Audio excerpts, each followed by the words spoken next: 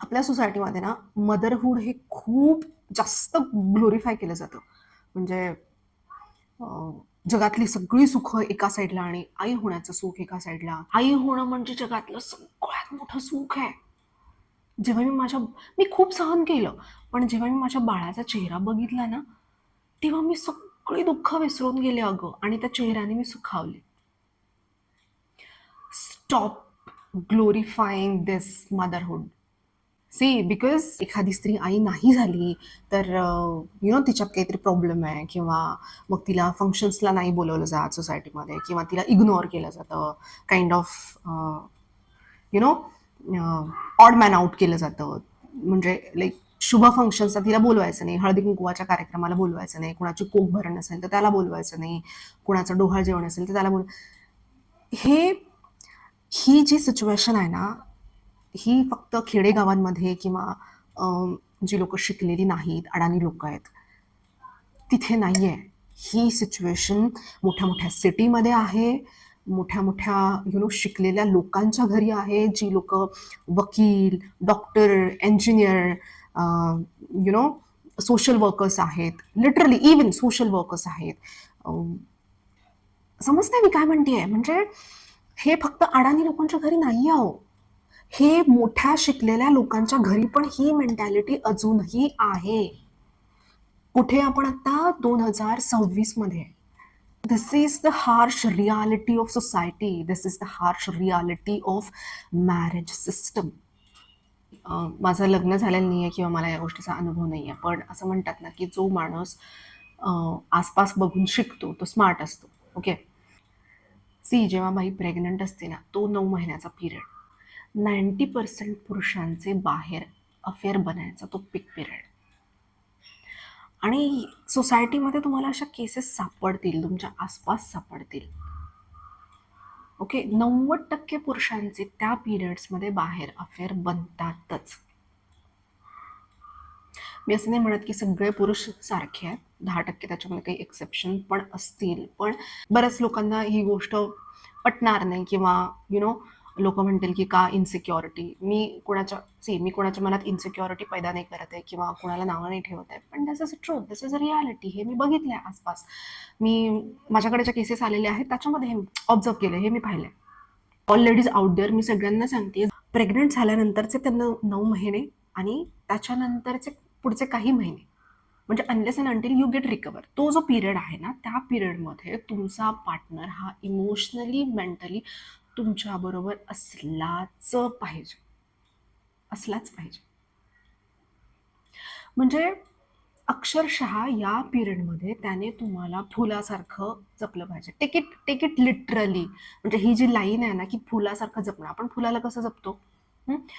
कारण तुला माहित नाहीये तिच्या शरीरामध्ये काय चेंजेस होत आहेत, तिचं शरीर कुठल्या फिजेसमधून जातोय, आतमध्ये हॉर्मोन्सचं सगळं रोलर कोस्टर, सुनामी, भूकंप सगळंच होत आहे आणि ते सगळं आतमध्ये तिची बॉडी सहन करतीये. हे बघ, मान्य आहे की निसर्गाने तेवढं कोपअप करणारी बॉडी स्त्रीला दिलेली आहे, पण इमोशनली तू तिथे असलाच पाहिजेस माणसं. माझ्या एका मित्राने ना त्याच्या आयुष्यातला एक इन्सिडेंट शेअर केला होता. त्याची बायको जेव्हा डिलिव्हरी होणार होती ना, तेव्हा हॉस्पिटलमध्ये, ऑपरेशन थिएटरमध्ये तो तो पूर्ण वेळ तिच्याबरोबर थांबलेला होता. आणि तो सांगत होता की ते सगळं बघून, म्हणजे तिकडे जी काही प्रोसेस चालली आहे, तिला ज्या ज्या गोष्टींमधून जायला लागतंय ते सगळं बघून तो म्हणे अक्षरशः माझ्या अंगावरती काटा आला. आणि ही वॉज सेईंग की ते सगळं बघितल्यानंतर माझ्या बायकोबद्दलचा जो रिस्पेक्ट आहे ना, तो अजून वाढला अगं. म्हणजे हे इतकं समाधानी होतं ना ऐकणं.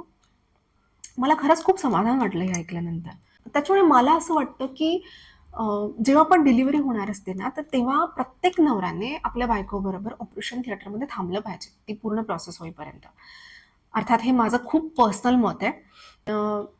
मला असं पर्सनली खूप वाटतं आणि मनापासून वाटतं की म्हणजे जेव्हा तो बघेल ना ती किती कुठल्या प्रोसेसमधून जाते, तिला किती सहन करायला लागते, किती यातना होतात, त्याच्यानंतर प्रत्येक नवऱ्याचा ना आपल्या बायकोबद्दल खरंच रिस्पेक्ट वाढेल.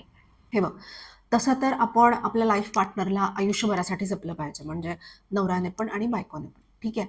पण हा जो पिरियड आहे, लाईक प्रेग्नन्सीचा पिरियड आणि पोस्ट डिलिव्हरी पिरियड, हा पिरियड आहे ना, मी या पिरियडबद्दल का बोलते, बिकॉज हा पिरियड आहे ना, हा कुठल्याही बाईच्या आयुष्यातला हा सगळ्यात नाजूक पिरियड आहे, ठीक आहे. सो या पिरियडमध्ये जर तिची व्यवस्थित काळजी नाही घेतली गेली, तिला इमोशनल सपोर्टची सगळ्यात जास्त गरज आहे या पिरियडमध्ये, आणि तो जर दिला नाही गेला, तिची काळजी नाही घेतली गेली ना, तर तर म्हणजे ती खूप सारा इमोशनल ट्रॉमा कॅरी करू शकते आयुष्यभरासाठी. आणि ही खरंच खूप घातक गोष्ट आहे. म्हणजे सटल लेव्हलला किंवा सबकॉन्शियस लेव्हलला जर तू बघशील ना, तर ही गोष्ट ना पुढच्या आयुष्यामध्ये खूप साऱ्या गोष्टींमध्ये परिणाम करू शकते.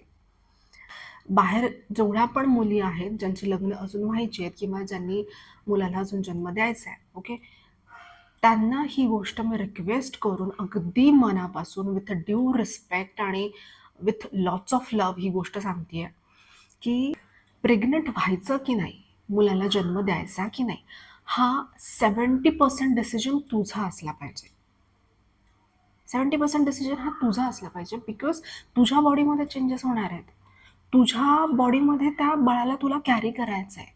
जे पण काही रोलर कोस्टरमधून जायचं हे तुला जायचं आहे, तुझ्या बॉडीला जायचं आहे, ठीक आहे. त्याच्यामुळे 70% डिसिजन हा तुझा असला पाहिजे. राणी,